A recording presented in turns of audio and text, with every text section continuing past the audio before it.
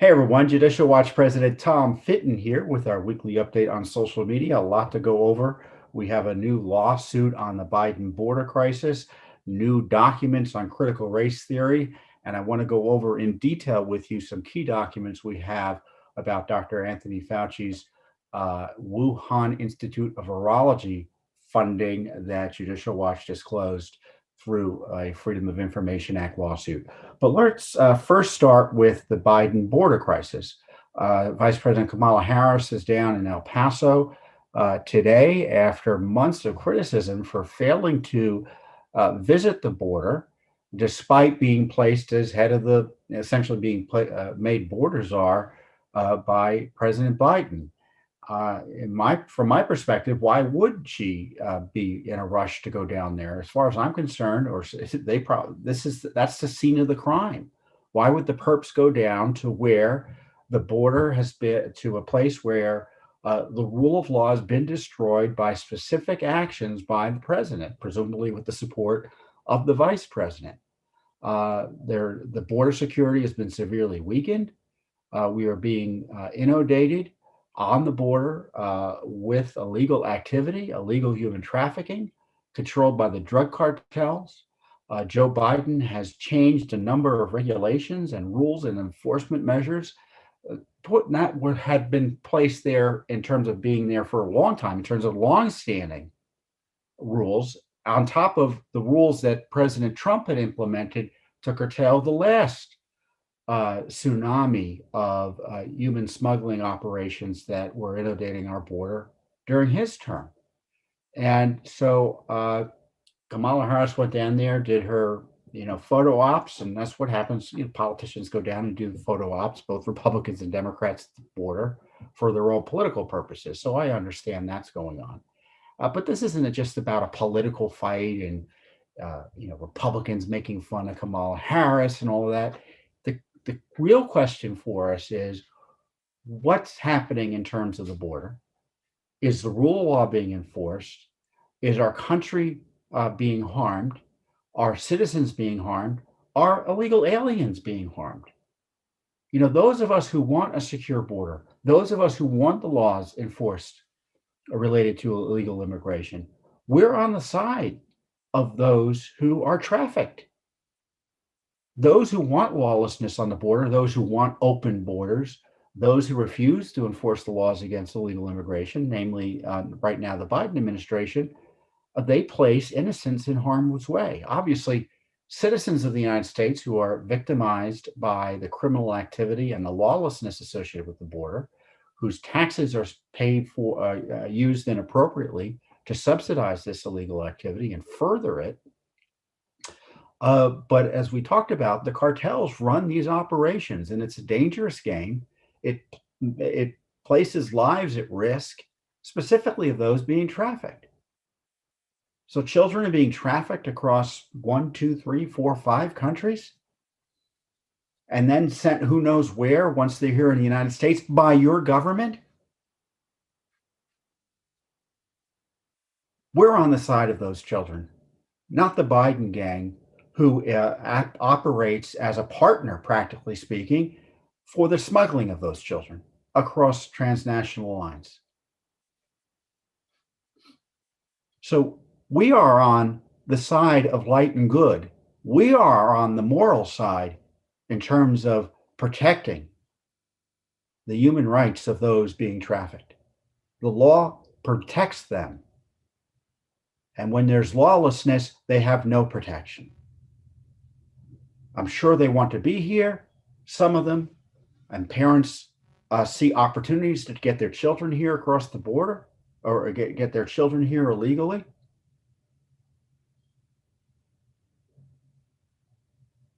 But we shouldn't have a system in place that encourages placing children at risk. It's what happened. It's what's going on.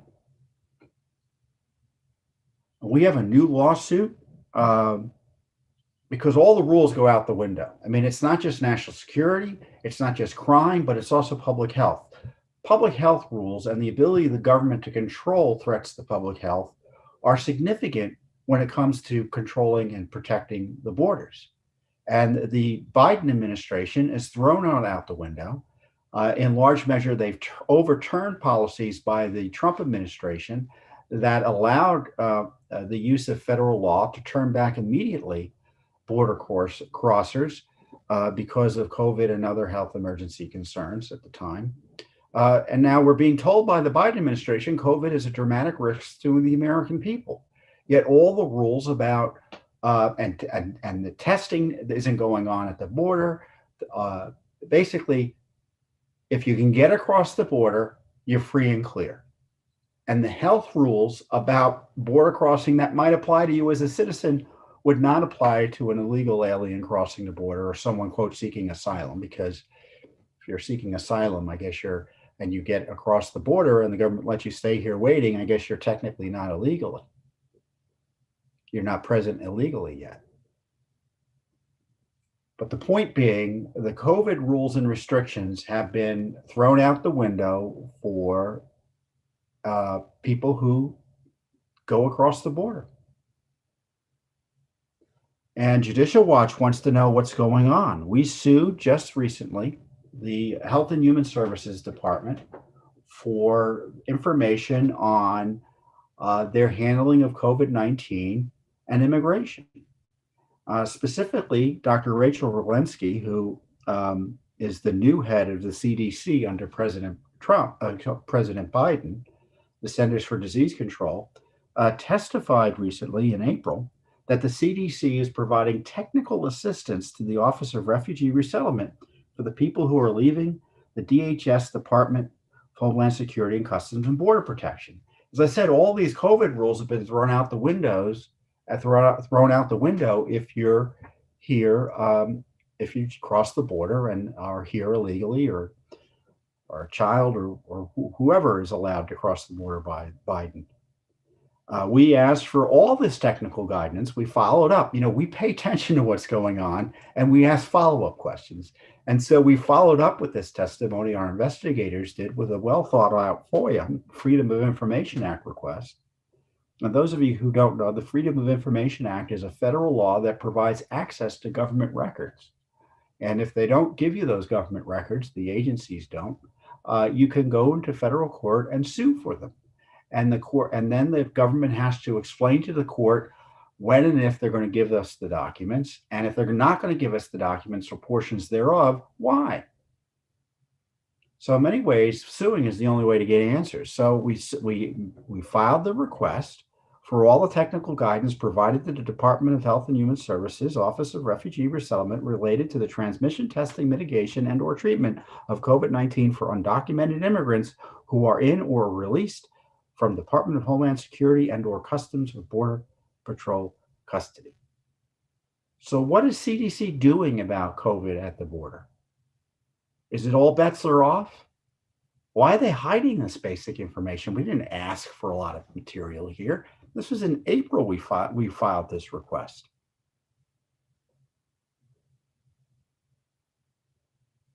This was in April we filed the request. Let me see when we sued.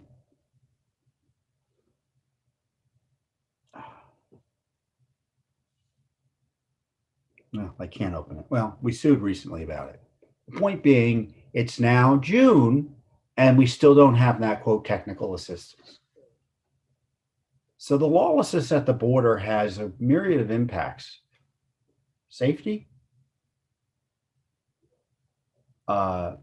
health, and national security. And we're investigating it all. We have a separate lawsuit for the documents about the handling of children by HHS and other agencies at the border. You've seen all the videos and the pictures of what went on in these facilities that were overwhelmed by the crush of children crossing the border. And I say children, I use that term loosely because many of the children are actually adults posing as children. Of course, the government, Biden administration doesn't care about that. They don't. They'd have controls in place if they cared about it. They wouldn't let people cross the border if they cared about it. They arrest those responsible for transferring the children and paying for their passage if they cared about children. They don't. It's this crazed revolutionary approach to our borders. I mean, it's beyond open borders in the sense that it's encouraging lawlessness that I think even the most, crazed, that even the most extreme libertarian would support in terms of border and the ability of people to go across and through international boundaries. No other country in the world would allow their borders to be abused like ours is. I mean, the big fight is over asylum, the abuse of asylum, where people don't have jobs, so they're coming to the United States and manufacturing, it looks like oftentimes, asylum claims. I mean, what other country would allow you to transfer or go through 2 or 3 other countries before you ask for asylum? Why don't they ask asylum to the first place that is safe next door? Why don't they ask for asylum in Mexico? And President Trump understood these asylum laws were not a suicide pact, and he required that people remain in Mexico if they're going to apply for asylum. Of course, Biden's undoing that. In fact, he's going to allow these people who've lost asylum cases to reapply. They can just show up at the border and reapply, even if they've been deported or been ordered deported. They get a do-over. I mean, in my view, we need to have the military securing the border. I said that during the Trump administration, and I'll say it during the Biden administration. You can see that when a crisis situation, civilian control of the border don't work. I know I said it should say doesn't work, but I'm trying to be dramatic there.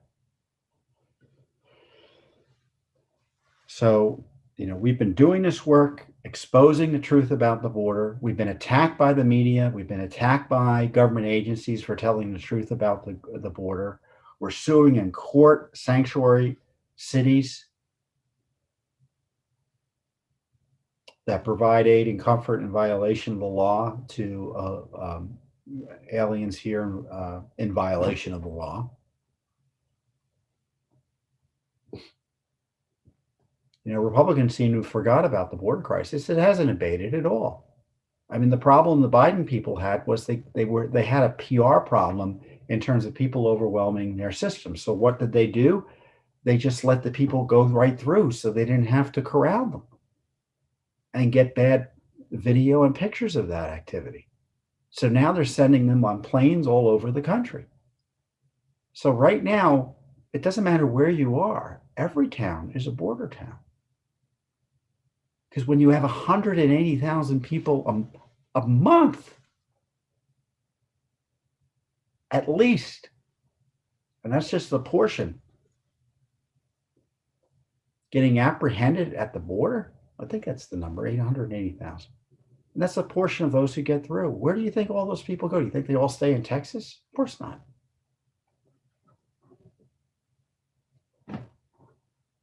I mean, it's so bad now. It's a free-for-all in that every country, if you're wherever you are in the world, all you have to do, and I say all you have to do, I understand it still costs money to do so, is fly into Mexico City and go north.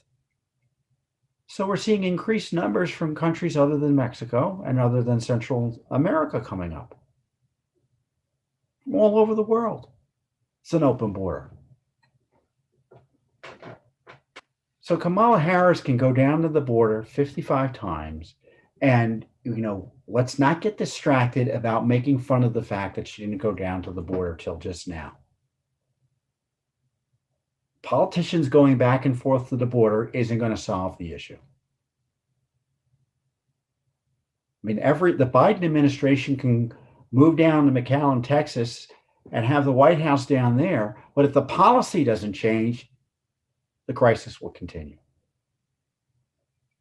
And this is why I've suggested that the House, anyone who's serious about this issue, talk about impeachment.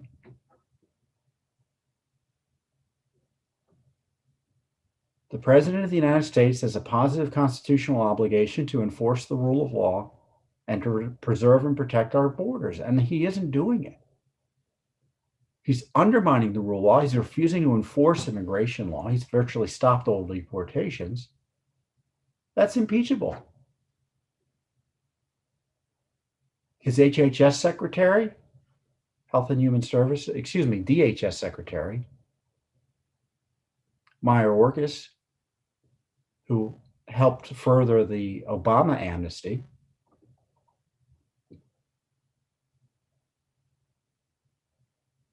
he should be impeached too, or he should be on the list for impeachment.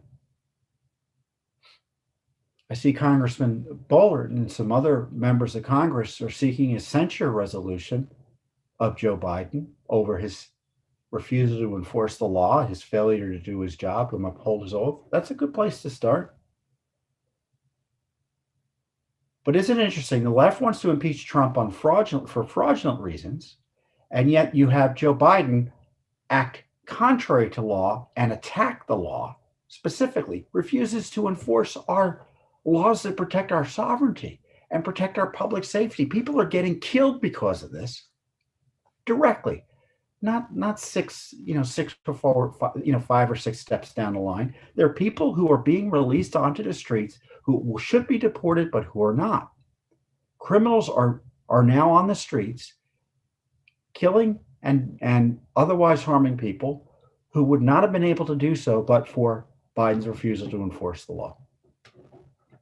Is that impeachable? Dare I say we should have a debate about it. So forgive me for going on about it, but someone's got to talk about the crisis.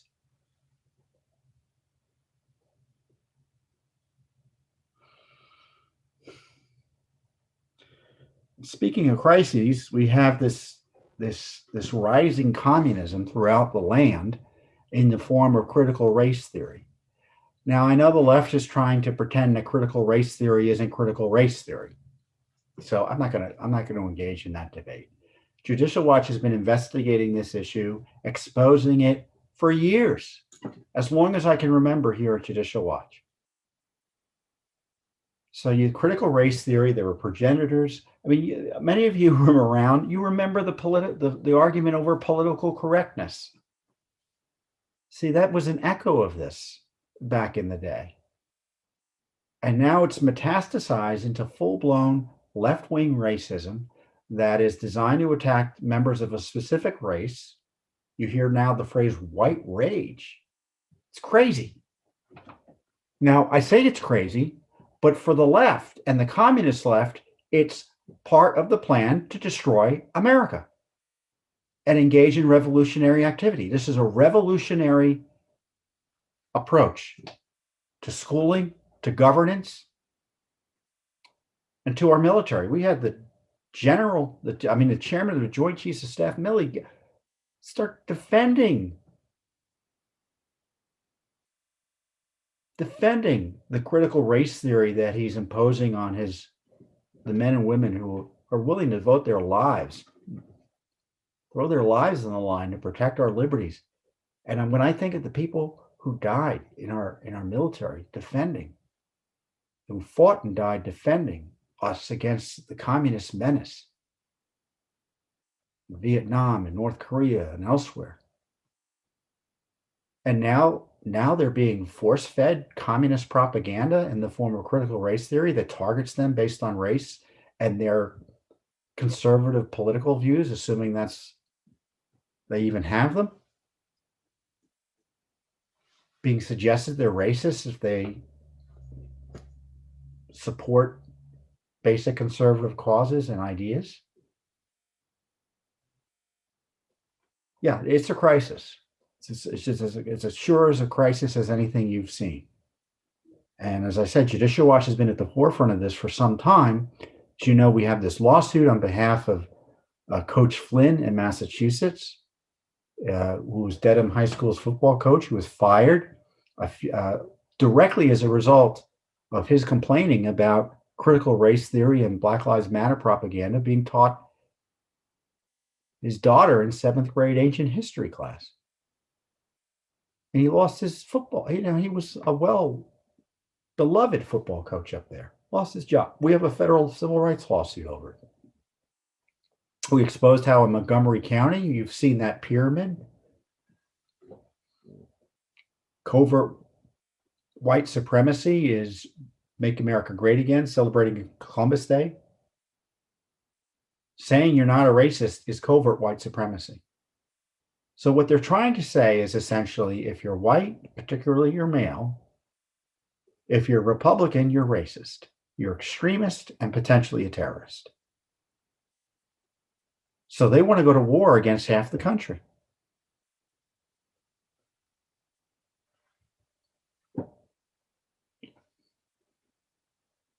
And of course, no totalitarian plan is complete without abusing school children.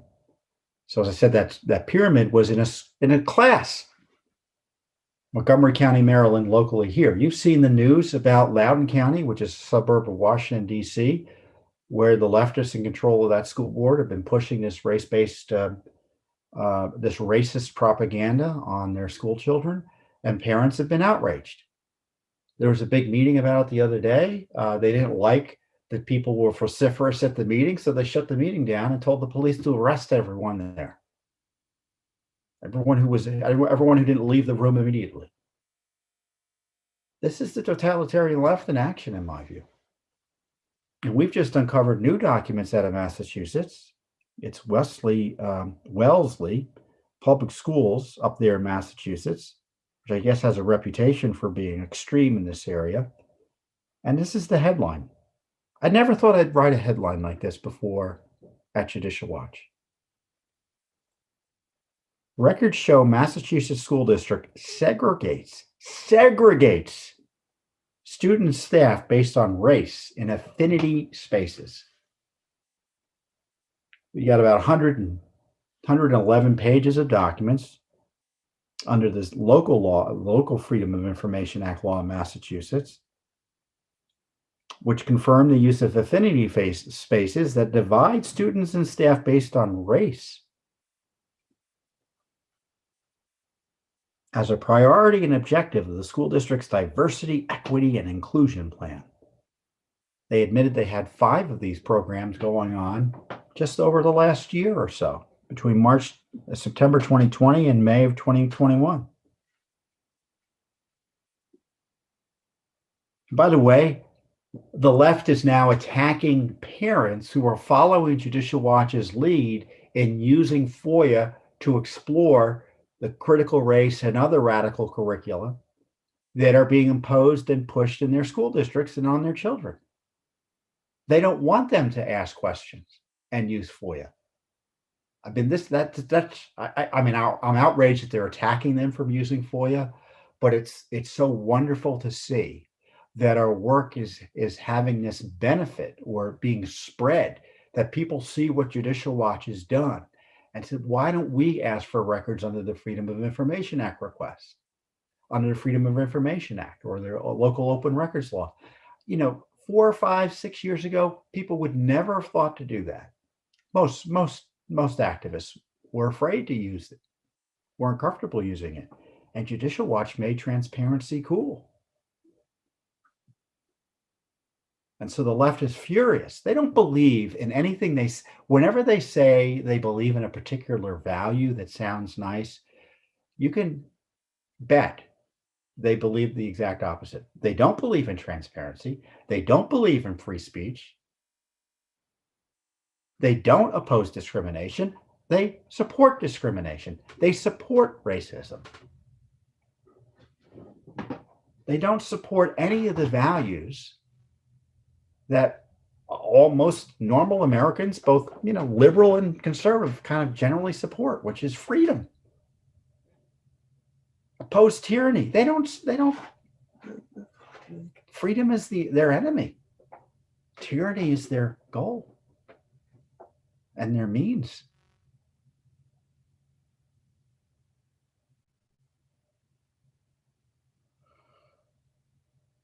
So the records include a document detailing their equity strategic plan for 2020 to 2025, which includes a district equity by design plan with the stated goal of amplifying student voices by providing, quote, opportunities for affinity spaces for students with shared identity.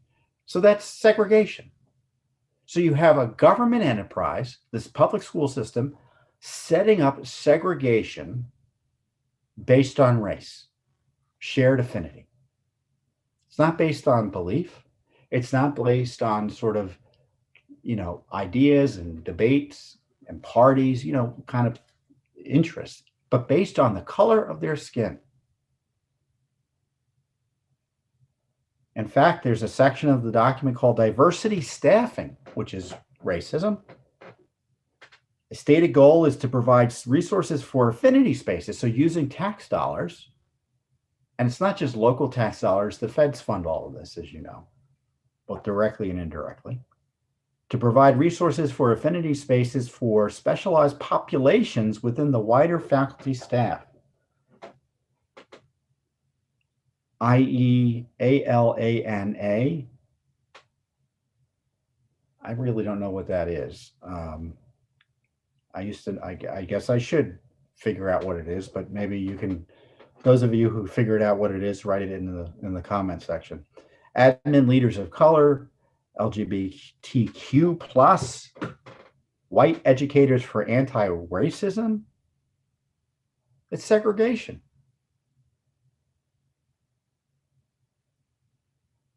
The plan says we will practice risk-taking and challenge one another to continuously examine systems of privilege and bias and work collectively to disrupt and dismantle inequity in all its forms. That's revolution. That's a nice way of saying we are revolutionaries. And it's communism, it's Marxism, and it's racist. And the communists have decided, and the Marxist intellectuals decided that or have figured out, I shouldn't say decided, that race is a good way to justify their revolutionary agenda. And you're seeing it in the schools. This language is really quite explicit in that regard. Inequity, equity, it's Marxist. Equity is quite different than equality. Equality means equal opportunity. Everyone is treated equal under the law. Equity is people get what government says they get. And the government's in charge of making sure that no one gets more than the government thinks they should have, which is communism. And they don't see them. I understand they don't see themselves as communists. And I'm not saying these, well, maybe some of them are, but this is what it's about. And you see it throughout so much of what's going on in our culture and politics today. Virtually everything the left does these days is guided by critical race theory. I mean, for instance, there's a lawsuit by the Justice Department, the Biden Justice Department. It's not surprising. They're suing Georgia, alleging the Georgia election integrity laws are in violation of the Constitution and target blacks. It's a smear job. It's hackery. It's political. It's everything. It's terrible. But when you look at the lawsuit, you recognize, oh my gosh, this is all critical race theory, their analysis. For instance, part of the lawsuit suggests that because the laws to secure elections were sponsored by white people, they're suspect. The color of their skin makes them guilty. That's the Biden Justice Department. Critical race theory permeates. The challenge by the Justice Department just filed today against Georgia's voting security measures. And of course, it's not just students being targeted in these school districts. Parents and teachers specifically, in the case of the documents we uncovered, are being targeted. A health teacher writes, the high school fitness and health teacher writes, I wanted to check first, is it appropriate for me to go to this healing space? the teacher writes, the director of diversity, equity, and inclusion, Miss Charmaine Curry. No, Charmy Curry. So I'm not sure if it's a male or female. Curry responds, I wanted to check first, is it appropriate for, Curry responds to that email. This time we want to hold the space for Asian students and faculty staff. I hope this makes sense. So this teacher says, I want to go to this affinity space, and the head of diversity says you're not allowed. We want to hold it specifically for people of a specific race.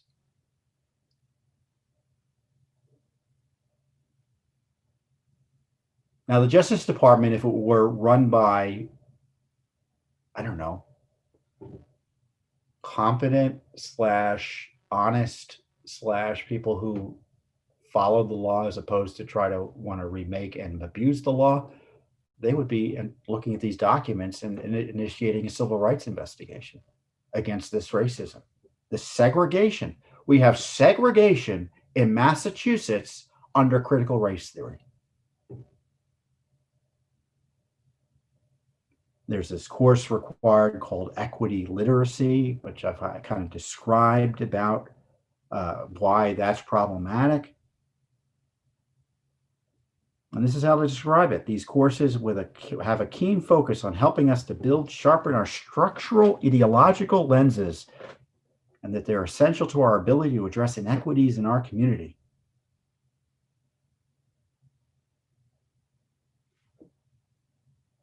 Of course, they told us, because we asked for them, did they analyze whether these programs are in compliance with law? And they said they didn't bother to analyze it. So they didn't even bother to check to see if this racism is legal. This segregation is legal. So the next time you hear a leftist defend or try to suggest that we don't understand what critical race theory is, or try to come up with distinctions between critical race theory and what these kids are being taught, remember what I'm telling you here, and remember that they're being dishonest. It's not, the nomenclature isn't necessarily important. What's important to understand is this is a revolutionary approach. They want to turn our kids into budding revolutionaries, communist revolutionaries, and they want to overthrow our system. Their approach is everything in America is racist and should be overturned and destroyed. That's the thinking. And it's being promoted in our military, in our corporate boardrooms, in our government, and among our school children. And as I said before, this is the most significant, and the public reaction to this has been fierce. So the left is very nervous. They're now trying to, as I said, separate critical race, pretend that we don't know what we're talking about. I mean, this is why they hate FOIA, because we're exposing what's going on. People can judge for themselves.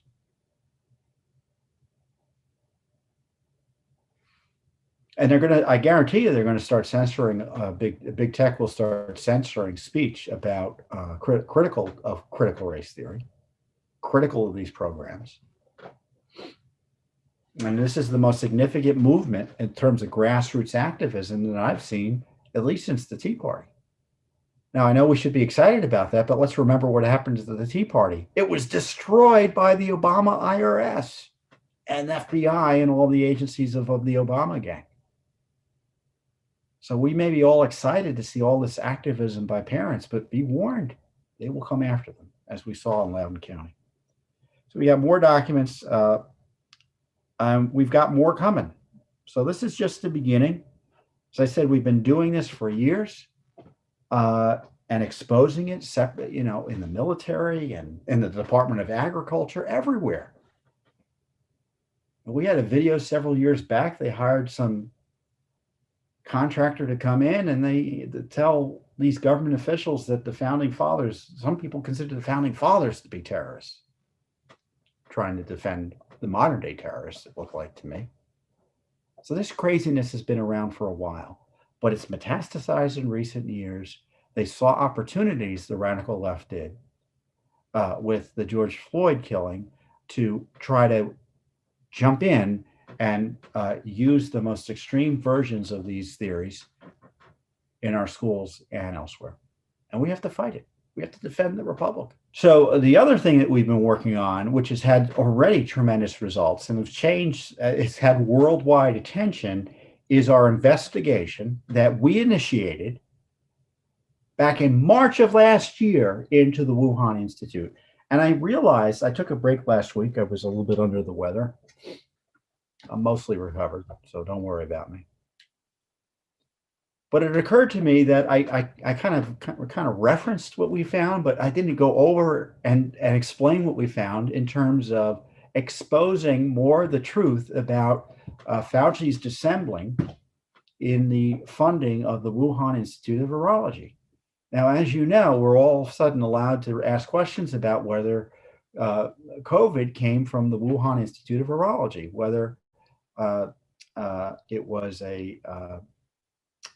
we were told previous to this that we were not allowed to think that if you raise questions about this, you would be censored on social media. If you said that maybe it wasn't a naturally occurring disease, you were censored. And you were censored in part thanks to people who were funding the Wuhan Institute of Virology. We saw something was up in March of last year. And for just asking questions, as I've talked about before, we were criticized. You had stories in the Washington Post, the Guardian, USA Today, and the New York Times criticizing me, criticizing Judicial Watch, suggesting we were conspiracy theorists for just raising questions about a public official and what government money was going to fund in communist China.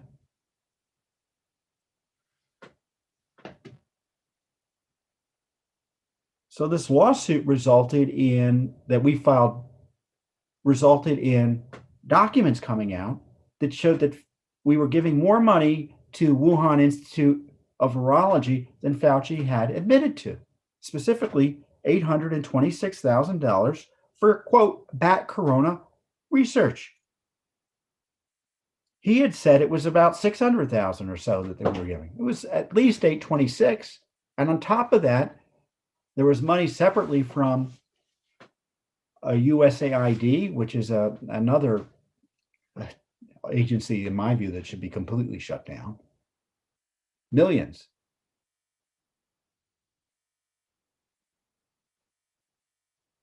I'm going to show you the list and it shows that they knew early on, because these documents are dated.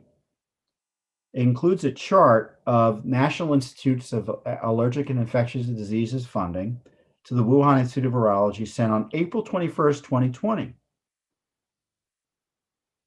to the deputy director, who's directly under Fauci. The agency funds directed to the Wuhan Institute of Virology are listed on the chart as titled Understanding the Risk of Bat Coronavirus Emergence. So does that sound like something that would be maybe a connection to COVID? Maybe. We didn't hear about that publicly, though, did we? All the nervousness behind the scenes.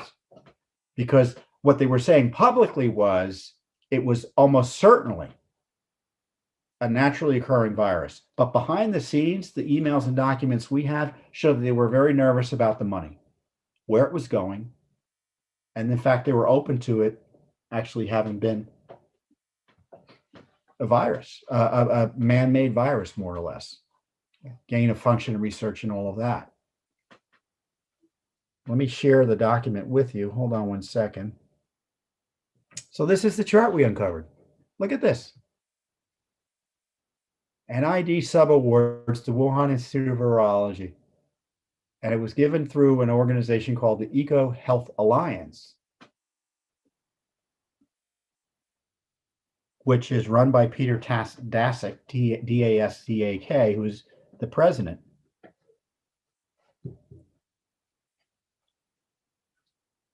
And of course, you know, he had gotten $3.7 million over 6 years to all sites, which include, and it wasn't just China. It was Thailand, Cambodia, Laos, Vietnam, Malaysia, Indonesia, and Myanmar. I don't know about you, but I don't think that we should be funding any biological research in those countries. I mean, it sounds dangerous to me. Does it sound dangerous to you? But look at this document again. Do you think that the debate about this would have been a little bit different if we had known about this, as opposed to having it been hidden by Fauci's agency? And one of the reasons it's taken so long for us to get documents about what was going on behind the scenes is because the government told us this. It's because Fauci and his top team had to review all the documents before they were released. Very unusual. So Fauci is directly responsible, at least according to the document, for the slow release of these records, at least according to the government. $826,000. And the media picked up on this. It was talked about all over the world. And the only reason it was shut down is because, President Trump, being the type of president he was, he found out it was going on and he said, shut it down. So this is what Judicial Watch uncovered. And as a result, there was increased scrutiny of what Fauci was doing. Fauci was put back on his heels. He's now suggested it's a conspiracy theory, that those of us who are criticizing him are all doing it as part of an orchestrated effort. So he's actually gotten a little bit crazier in this area as opposed to sensible. But Daszak has now been kicked out of, or he's had to recuse himself out of this. Lancet is a major medical institution publication, kind of like I can compare it to the New England Journal of Medicine, that type of publication in the UK. And there's this commission that is support of the UN that's supposed to look now into the origins. Now, Daszak's on the commission, but now he's recused because of the disclosures in part produced by Judicial Watch. So this basic piece of information changes the course of worldwide discussion on Wuhan. It shows you the importance of Judicial Watch's litigation and efforts to uncover the truth about what the government's up to.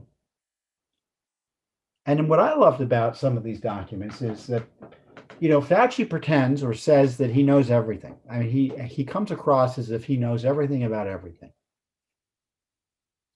Well, one of his top officials, in talking about funding and what these projects were doing, said this about Dr. Fauci. Great info, thanks.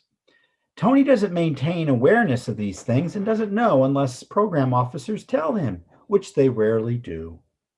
Since they are across town, I may not see him more than once a year or less. And what is this issue? Understanding the risk of coronavirus emergence.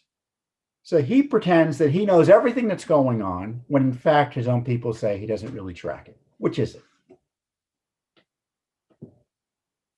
Is he on top of it or not? And if he isn't, why is he coming out and saying with such certainty no money went to gain-of-function research that, as we all know, is so dangerous? Why is it dangerous? Because it takes viruses that otherwise would not be infectious and makes them infectious and potentially dangerous to humanity.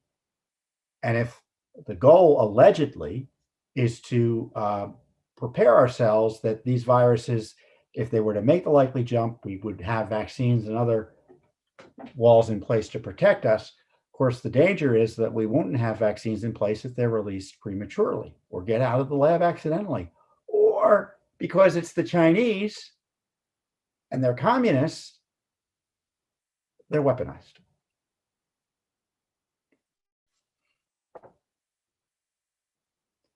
So these documents are worth reviewing. I encourage you to read them completely, but I wanted you to highlight that this is the sort of work that is so important. We've been pressing the government for answers, and again, and I blame some of the appointees of the Trump administration because they know these documents exist, and they had zero interest in getting them out. They knew what was going on behind the scenes, and none of them were seemingly bright enough to figure out, well, maybe the public needs to know what's happening here.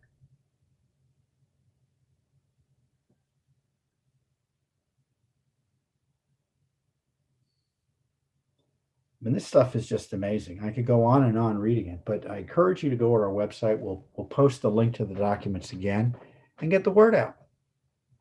The reason why we're now able to write about and talk, that you're able to talk about the Wuhan Institute and its potential links to coronavirus. And I'm not saying that it's certain that the virus leaked from Wuhan. That's not, I don't know if that's the case or not. I suspect it's the case of uh, because of the science as explained by people who know science. But I also look at why the Chinese cover up. The cover up is evidence that something bad went on. And of course, the left says, well, the Chinese cover up everything. Well, I mean, so if that's the case, why were we giving them any money at all?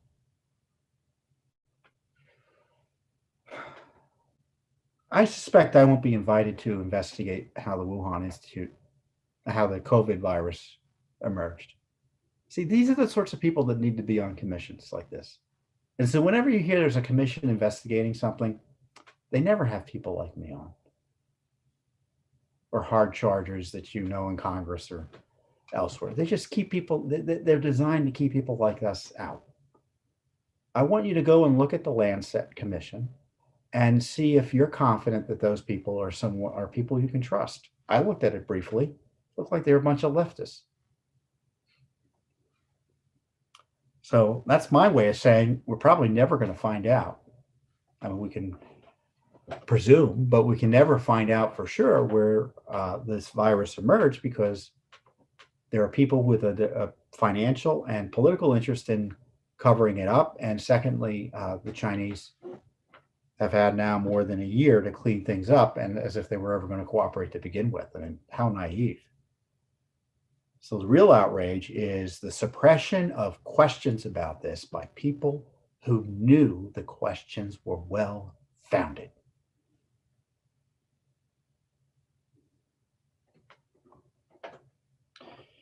So that's my weekly update. A lot going on, a lot more happening. We are in the thick of it, and we encourage you to support our work.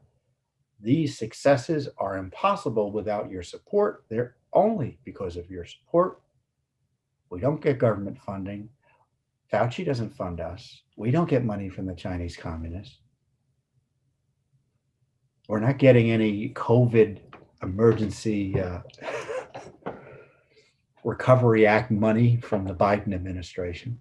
We rely on the support of people like you. So I encourage you to support our work. If you like what you hear, you want more of it. But even if you're not supporting our work, one thing you can do, and I know everyone can't support our work, is get the word out. Like this video, for instance, mentions COVID. As a result, it will be suppressed. Facebook makes it harder to share information related to COVID, even if it's accurate. So the one thing I'm asking each and every one of you to do is to, if wherever you're watching this video, is to like it, or say, whatever it is you need to click to show of satisfaction and approval, comment and share it. And specifically on Facebook, they'll place hurdles to you to share it, because they'll put a warning message up there saying this talks about COVID. You sure you want to share it? I forget what the language is. Same on Instagram. I don't know if it's the same on YouTube. And just even the mere label suppresses people's interest, because it makes people nervous that there's something bad that's being said here. I'm talking about government documents, and Facebook will suppress it. And every major platform will. And we're not leaving the platforms, but the point being, it means you have to do extra work to get the word out. So support our work and share our work. So that's your task, and I hope you follow through. I'll see you here next week on the Judicial Watch Weekly Update.